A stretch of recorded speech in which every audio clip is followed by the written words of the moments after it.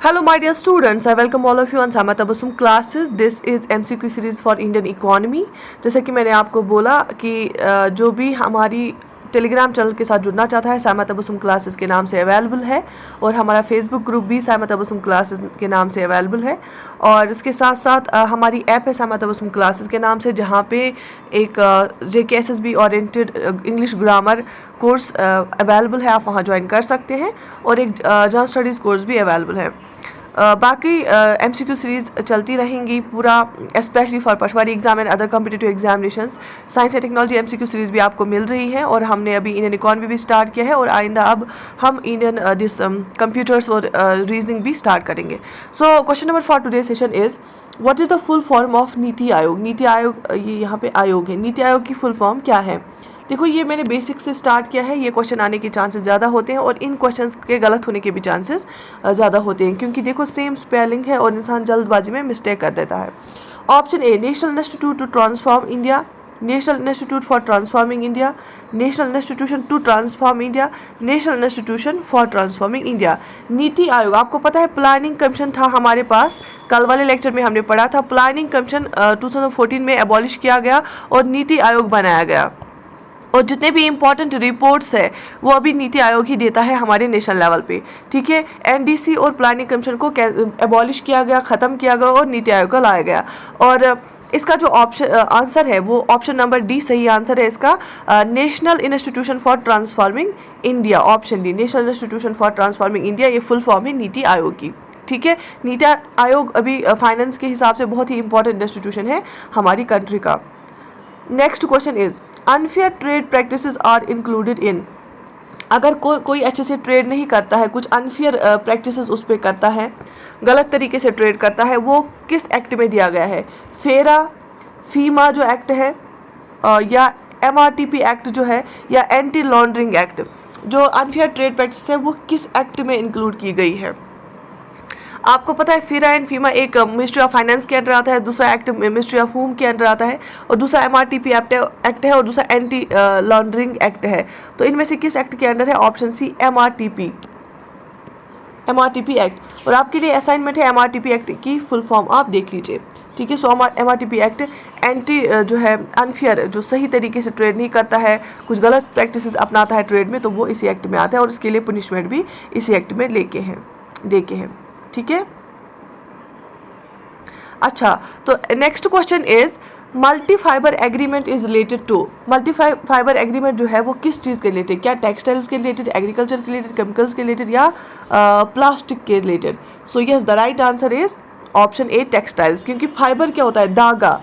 ठीक है, टेक्सटाइल्स होता है कपड़ू वाला, जो हमारी फैक्ट्री होती है कपड़े बनाने की, उसमें मल्टी फाइबर क्यों आएगा, क्योंकि कॉटन के धागे भी होते हैं, जूट वाले धागे भी होते हैं, ठीक है, नायलॉन वाले भी होते हैं, डिफरेंट धागे होते हैं, तो इसमें मल्टी फाइबर में टेक्सटाइल्स ही आएगा, क्योंकि धागों को ही जोड़ के फिर कपड़े बनाए जाते हैं।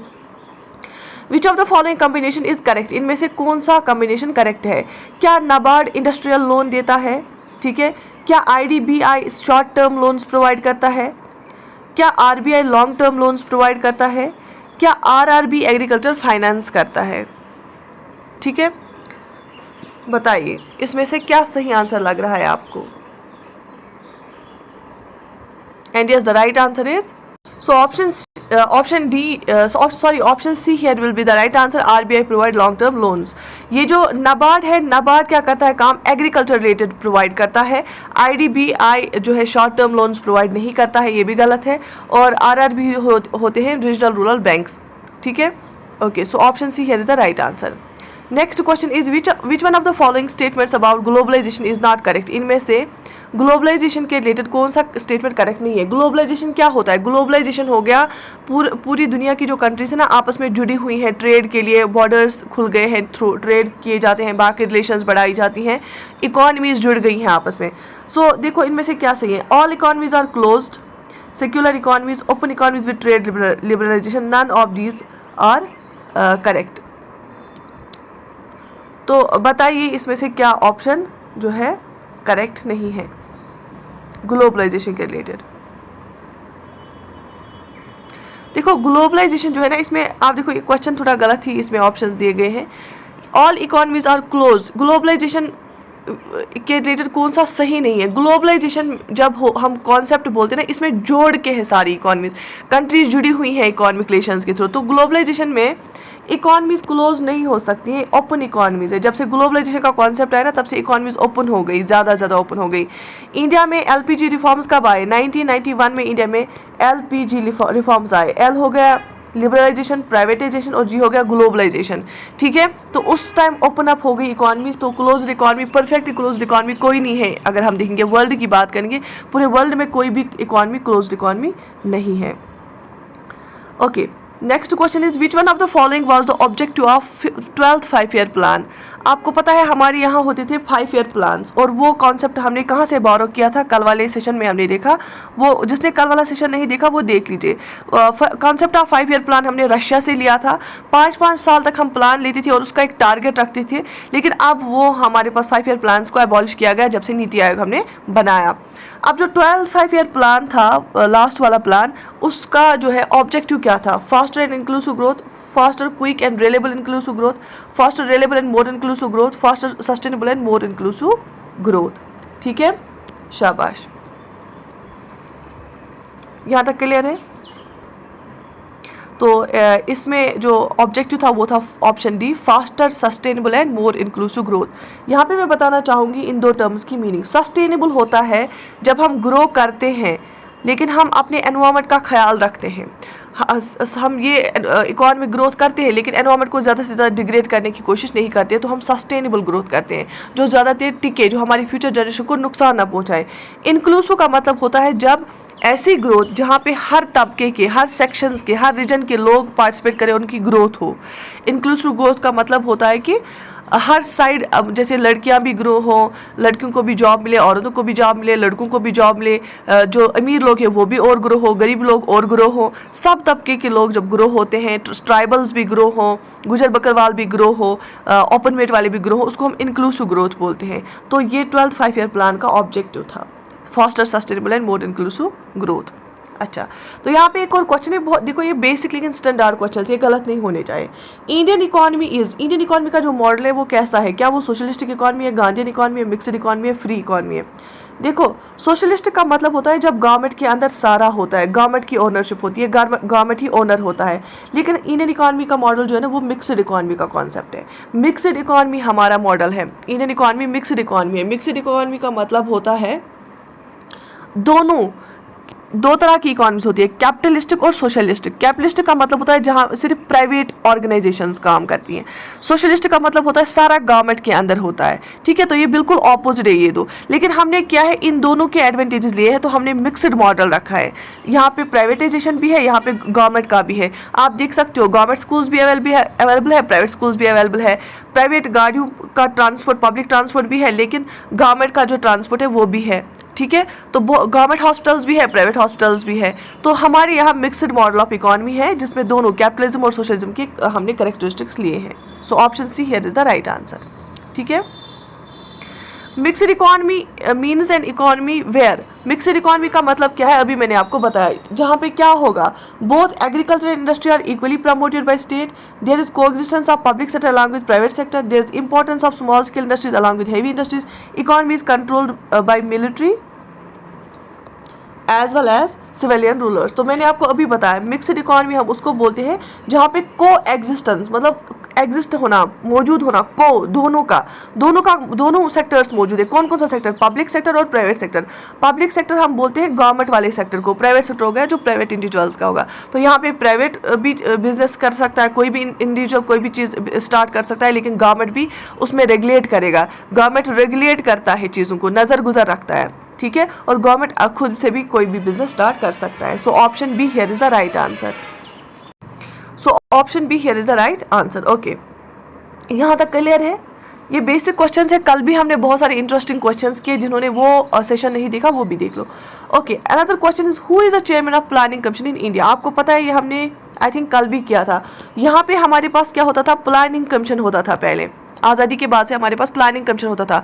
2014 में उसको ख़त्म किया गया और नीति आयोग को लाया गया। ठीक है, नीति तो नीति आयोग जब से बना तो हमने 5 ईयर प्लान्स बनाना बंद कर दिए। तो क्योंकि 5 ईयर प्लान्स बनाने का कॉन्सेप्ट हमने रशिया से लिया था, अब हम 5 ईयर प्लान्स नहीं बनाते। ओके, नीति आयोग का अपना एक विजन डॉक्यूमेंट होता है। तो इसका जो प्लानिंग कमीशन है ना, उसका चेयरमैन कौन होता था? प्रेसिडेंट होता था, वाइस प्रेसिडेंट होता था, प्राइम मिनिस्टर होता था, फाइनेंस मिनिस्टर होता था। हमने कल भी ये पढ़ा था। इसका जो चेयरमैन होता था वो जो प्राइम मिनिस्टर होता था, प्राइम मिनिस्टर ऑफ इंडिया है ना, वही चेयरमैन होता था फिर प्लानिंग कमीशन का भी। ठीक है। The deputy chairman of planning commission, deputy chairman जो होता था ना प्लानिंग कमीशन का, वो कौन होता था? HRD मिनिस्टर होता था, ह्यूमन रिसोर्स डेवलपमेंट मिनिस्टर होता था, फाइनेंस मिनिस्टर होता था। क्या उसका कैबिनेट मिनिस्ट्री वाला रैंक होता था, या वो इकोनॉमिस्ट ऑफ रिप्यूट होता था? So yes, the right answer is option C.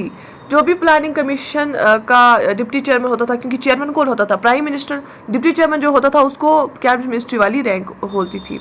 Okay, another question is, हमने 5 ईयर प्लान का देखा, उसका क्या ऑब्जेक्टिव था? Faster, sustainable and more inclusive growth. अब सेकंड एक और क्वेश्चन है, second 5 year plan led more stress on, किस पे सेकंड 5 ईयर प्लान ने ज्यादा स्ट्रेस दिया? Industrialisation, removing poverty, self reliance और एग्रीकल्चर। जो पहला 5 ईयर प्लान था ना, उसका मेन फोकस था क्या? एग्रीकल्चर। और फिर जब सेकंड 5 ईयर प्लान आया तो इसका फोकस था इंडस्ट्रियलाइजेशन। ठीक है, क्योंकि सबसे पहले जो फर्स्ट 5 ईयर प्लान था उसने एग्रीकल्चर पे फोकस किया, और फिर जब सेकंड प्लान आया, इसको हम नेहरू महलनोबिस प्लान भी बोलते हैं, इसने इंडस्ट्रियलाइजेशन पे बहुत ज़्यादा फोकस की। ठीक है, इसने इंडस्ट्रीज को बनाने पे ज़्यादा फोकस किया। So option A here is the right answer.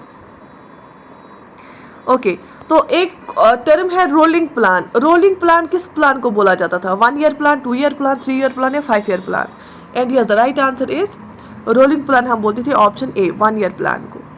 ठीक है। और किस साल में कुछ सर्कमस्टेंसेस की वजह से रोलिंग प्लान बनाया जाता, जैसे वॉर होता था कभी। ठीक है, तो रोलिंग प्लान किस पीरियड के लिए बनाया गया था? 1985, 1990, 1974, 79, 1980, 85, 1978, 83। सो यस, रोलिंग प्लान कब, किस चीज़ पीरियड के लिए डिज़ाइन किया गया था? 78 to 83, क्योंकि वॉर्स हो गए थे उस टाइम पे। सॉरी, इमरजेंसी आई थिंक चल रही थी। ठीक है।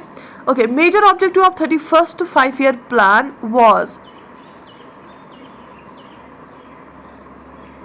ये फर्स्ट 5 ईयर प्लान होगा। ठीक है, यहाँ पे दिखा ना, फर्स्ट 5 ईयर प्लान। मैंने बोला फर्स्ट 5 ईयर प्लान का क्या ऑब्जेक्टिव था? Development of agriculture. और दूसरे का क्या था? Industrial growth. ठीक है। और 12th का हमने देखा क्या था? Faster, sustainable and more inclusive growth. ये ऐसे ऐसे हम याद करेंगे, रोज जब ये रिपीट हो जाएंगे तो ये खुद ब खुद याद हो जाएंगे। So option D here is the right answer. ठीक है। ओके, जो वर्किंग पॉपुलेशन होती है इंडिया की, जो वर्किंग पॉपुलेशन है, देखो 3 टर्म्स होती हैं। एक होता है वर्किंग पॉपुलेशन। वर्किंग पॉपुलेशन होता है जो विलिंग होते हैं काम करने के लिए, जो काम ढूंढ रहे होते हैं और उनको काम मिलता है। ठीक है। दूसरा होता है अनएम्प्लॉयड। अनएम्प्लॉयड होता है, ये भी विलिंग होते हैं काम करने के लिए लेकिन उनको काम नहीं मिलता है। और ये दोनों आते हैं लेबर फोर्स में, जो विलिंग होते हैं काम करने के लिए, कुछ को काम मिलता है, कुछ को काम नहीं मिलता है, उनको हम लेबर फोर्स बोलते हैं। लेकिन अगर हम वर्किंग पॉपुलेशन, वर्किंग फोर्स या वर्किंग पॉपुलेशन देखेंगे इंडिया की, इंडिया में जो वर्किंग पॉपुलेशन है, मेजर पोर्शन उसमें से किस सेक्टर में है? इंडियन इकोनॉमी के 3 सेक्टर्स होते हैं। एक होता है प्राइमरी सेक्टर, दूसरा होता है सेकेंडरी सेक्टर और तीसरा होता है टर्शियरी सेक्टर। प्राइमरी सेक्टर होता है एग्रीकल्चर एरिया, सेकेंडरी सेक्टर होता है इंडस्ट्रियलाइजेशन वाला एरिया और या मैन्युफैक्चरिंग जिसको हम बोलते हैं। टर्शियरी सेक्टर होता है सर्विस सेक्टर। इंडिया की जो वर्किंग पॉपुलेशन है ना, वो किस एरिया सेक्टर में ज़्यादा है? क्या टर्शियरी सेक्टर में है जिसको हम सर्विस सेक्टर बोलते हैं, क्या प्राइवेट सेक्टर में, पब्लिक सेक्टर में, सेकेंडरी सेक्टर में? So option B is private sector. Basically इसको हम इंडिया की जो वर्किंग जो है ना, जो वर्कर्स है, वो मोर देन 90% इनफॉर्मल सेक्टर में भी है। ठीक है। बट देखो यहाँ पे इनको ऑप्शन में ये गलती हुई है, देखो टर्शियरी सेक्टर भी है यहाँ पे, सेकेंडरी सेक्टर भी है, तो ये होगा प्राइमरी सेक्टर, प्राइवेट नहीं प्राइमरी सेक्टर होगा। देखो क्योंकि सबसे ज़्यादा पॉपुलेशन जो इंडिया की है वो रूरल एरियाज़ में रहती है। कहाँ पे रहती है? रूरल एरियाज़ में।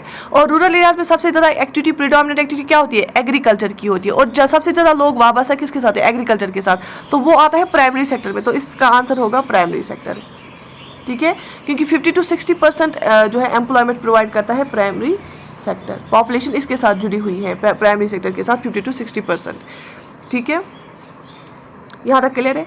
तो 3 सेक्टर्स होते हैं इंडियन इकोनॉमी के, primary sector, secondary sector, tertiary sector. Primary sector होता है जो एग्रीकल्चर एक्टिविटी से के साथ डील करता है। सेकेंडरी सेक्टर होता है मैन्युफैक्चरिंग, जहाँ पे इंडस्ट्रीज होती है। और टर्शरी सेक्टर होता है सर्विस सेक्टर, जो एजुकेशन, हेल्थ, ट्रांसपोर्ट, इंश्योरेंस, वो उसमें आता है टर्शरी सेक्टर में। ठीक है, यहाँ तक क्लियर है। तो इंशाल्लाह हम इन MCQs का सिलसिला जारी रखेंगे और इस इंशाल्लाह कल से आपको थोड़ा बड़ा सेशन मैं प्रोवाइड करूँगी। Take very good care of yourself. अल्लाह हाफिज़।